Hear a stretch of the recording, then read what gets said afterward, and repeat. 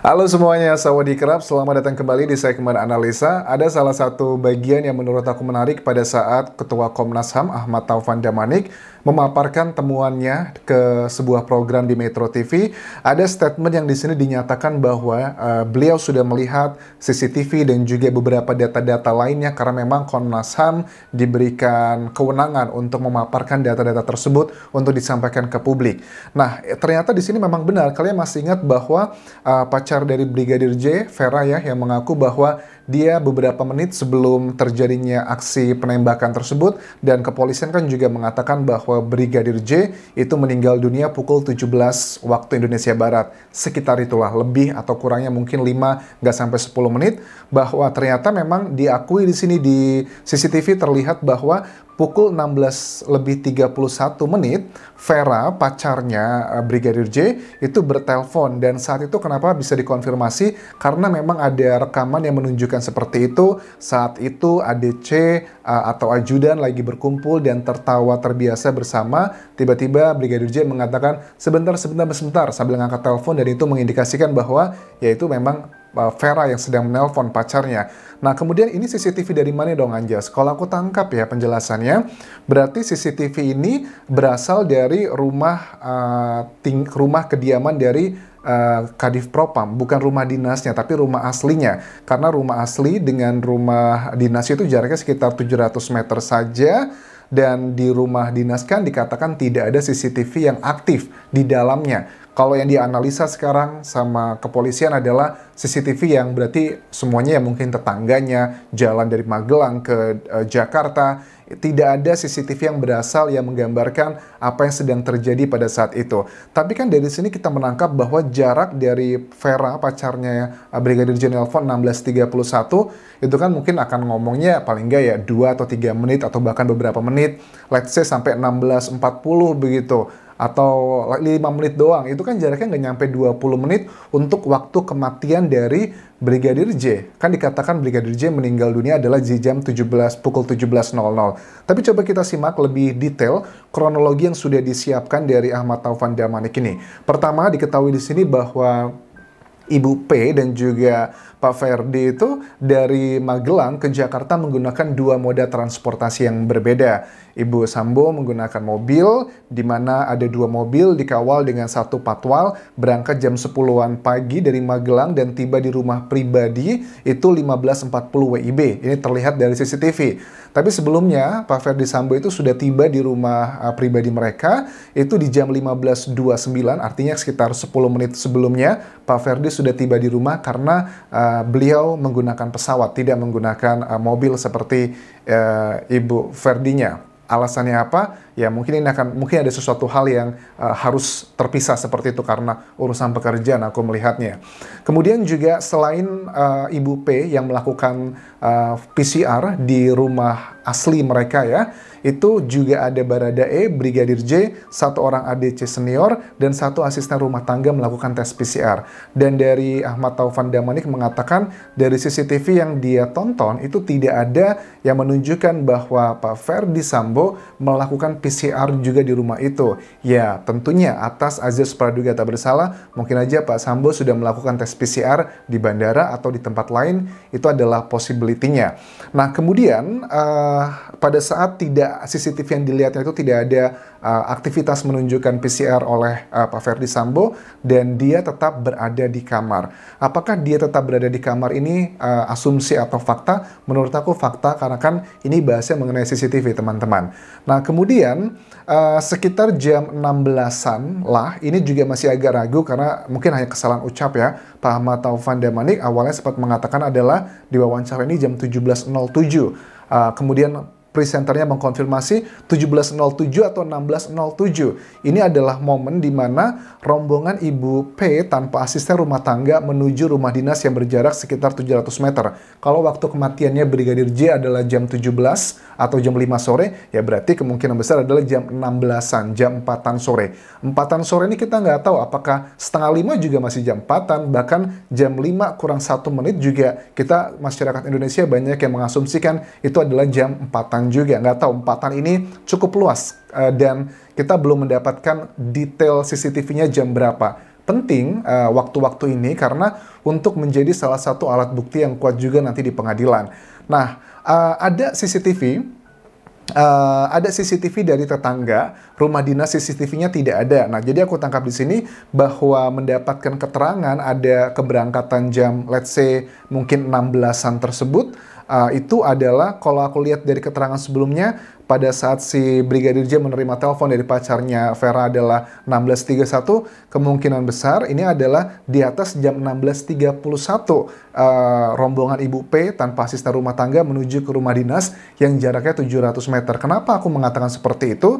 Karena kan aktivitas yang ada mengatakan dari Pak Ahmad Taufan Damanik ini bahwa ada ADC yang mengatakan memang benar dan juga di CCTV terlihat si Brigadir J itu mengangkat telepon. Itu kan CCTV artinya yang berada di rumah asli dari Pak Ferdi Sambo, bukan rumah dinas. Artinya 16-an kalau lihat dari sini artinya sudah menjelang mungkin 20 menit atau 15 menit sebelum jam 5 sore, yang which is merupakan waktu kematian. Dari situ aja, let's say waktu mungkin hanya 20 menit kan, walaupun jaraknya hanya dekat 700 meter, tetapi kan aku melihat obrolan di sini digambarkan bahwa ternyata jalan menuju ke rumah dinas itu cukup sempit gangnya. Bahkan Pak Ferdi Sambo pun ternyata diketahui dari keterangan ini pada saat datang ditelepon oleh Ibu Ferdi di sini ada kejadian tersebut.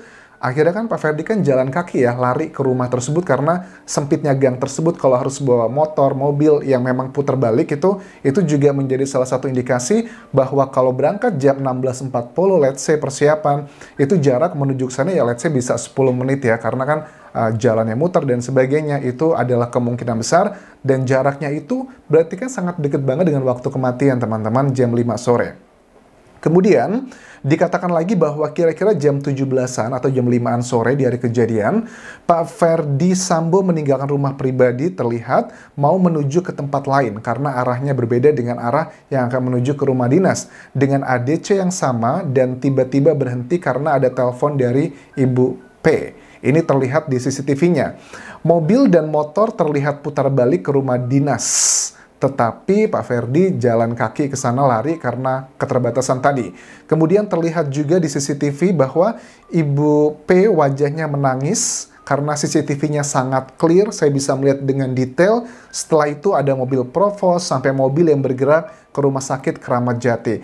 Nah, ini berasal dari CCTV mana? Ini CCTV kemungkinan besar adalah dari tetangganya ya, karena di kawasan tersebut adalah kompleks kepolisian dan juga banyak para jenderal di sana. Kemungkinan besar itu bukan dari rumah dinas, tapi adalah dari luarnya. Karena rumah dinas kalau ada, wah ini bisa menjadi petunjuk emas sekali teman-teman. Nah, kemudian, jadi rentang waktu itu kan sangat mepet sekali karena waktu kematian Brigadir J jam 5 sore. Ini adalah bagian yang menurut kita masyarakat Indonesia itu nggak perlu ngomongin sains, nggak perlu ngomongin ilmiah, data-data forensik ini dan itu. Bagi detik-detik menjelang meninggalnya Brigadir J aja, itu ada banyak hal yang sangat cepat sekali. Misalnya 16.31 waktu Vera pacarnya nelpon, diketahui sedang tertawa bersama teman-temannya, lagi santai. Kemudian ngangkat telepon dari pacar, habis ngangkat telepon dari pacar kok langsung melakukan dugaan pelecehan seksual ke Ibu P. Ini aja agak aneh ya. Kenapa? Kan habis nelpon pacarnya ya, artinya kan kondisinya juga ya biasa-biasa aja, masih bisa mengontrol. Maksudnya biasa aja adalah secara psikologi ya, masih mau mengangkat telepon pacarnya. Kalau dia emosi kesel, biasanya kalau cowok gitu kan ya, kita kalau lagi kesel sama orang gitu nggak akan ngangkat telepon gitu, cuekin aja. Dan ini masih mengangkat gitu loh. Dan kondisinya juga berdasarkan keterangan dari ADC yang lainnya dan juga CCTV ditunjukkan mereka dalam keadaan santai, lagi ngobrol biasa aja. Nah, kemudian ini juga ada yang aneh sekali teman-teman mengenai forensik digital. Anehnya adalah gini, dengan data-data yang kita dapatkan ini kan semuanya didapatkan dari luar rumah dinas tersebut. Nah, forensik digital menurut beliau ini sedang dilakukan pemeriksaan lebih dalam karena kita tidak bisa rely pada hanya keterangan saksi saja. Harusnya seperti itu ya, mudah-mudahan nih. Tapi gini deh, menurut kalian dengan waktu hanya jalan semuanya, paling jaraknya nggak nyampe 10 menit lah, dengan waktu kematian Brigadir J, tembak menembaknya berarti waktunya cepat sekali ya, nggak nyampe 5 menit dong. Terus adegan pelecehannya, dugaannya seperti itu gimana dong? Apakah tiba-tiba si Brigadir J setelah nelpon pindah ke, kan gini ya, 16.31 itu nelpon, 16.31 itu masih berada di rumah, yang aku tangkap masih berada di rumah aslinya dari sang jenderal. Setelah ngangkat telepon mungkin 5 menit, 10 menit langsung pindah ke rumah dinas. Itu kan memakan waktu paling tidak ya 10 atau 20 menit. Kalau 16.31 tambah 20, anggap aja 20 menit dengan keterangan yang kita dapatkan, jalannya kecil dan sebagainya. Itu kan tiba di rumah dinas, itu kan 16.51. 16.51 hanya punya waktu 9 menit dengan jarak waktu kematian Brigadir J yang dinyatakan adalah jam 5 sore. 9 menit. Waktu seperti itu dilakukan untuk pelecehan, kemudian terjadi tembak-menembak, itu adalah hal yang possibility selalu ada ya. Kalau secara logika, possibility-nya pasti kecil sekali. Tetapi kan ini kita ngomongin fakta ya. Bagaimana alat buktinya, apakah merujuk ke sesuatu hal yang terjadi saat itu. Karena ini adalah bagian yang saat ini sedang berusaha dilakukan penyidikan lebih dalam dari Ketua Komnas HAM ini. Kita pengen tahu lebih detail adalah CCTV-nya itu jam menit-menitnya keberapa. Karena kalau cuma 9 menit, waktu yang dimiliki oleh seorang Brigadir J, masa mau dilakukan untuk digunakan untuk melakukan pelecehan tersebut? Agak sulit ya buat diterima nalar sehat. Kalau kalian ada suatu penjelasan, mungkin aja 9 menit itu buat ini itu. Makanya di luar sana beredar hal-hal yang kayaknya nggak mungkin kalau dia melakukan hal seperti itu, pelecehan ya mungkin aja dugaan suka sama suka, kemudian dipergoki dan sebagainya, atau juga bahkan seperti dugaan dari tim kuasa hukum adalah pembunuhan berencana yang merupakan pasal yang diajukan, laporan diajukan, dan saat ini pun juga sudah masuk dalam tahapan penyidikan. Oke, kalian boleh tuliskan di kolom komentar ini, apa yang kira-kira make sense gak dengan waktu 9-15 menit di lokasi TKP tersebut. Dugaannya, itu adalah lokasi TKP-nya. Karena ada juga kan dari kuasa hukum mengatakan, kayaknya TKP-nya nggak cuma berada di situ. Ada yang awal dikatakan bahwa kemungkinan besar Brigadir J sudah dilakukan tindakan dari perjalanan Magelang menuju ke Jakarta. Ternyata itu sudah dipatahkan ya, karena ada CCTV ini yang menunjukkan Brigadir J masih sehat-sehat aja saat tiba di kediaman rumah dinas Kadif Propam tersebut. Terima kasih sudah menonton, sampai ketemu lagi di video berikutnya. Tinggalkan like dan juga komen. Please subscribe channel YouTube ini. Kopun kerap semuanya. Bye-bye.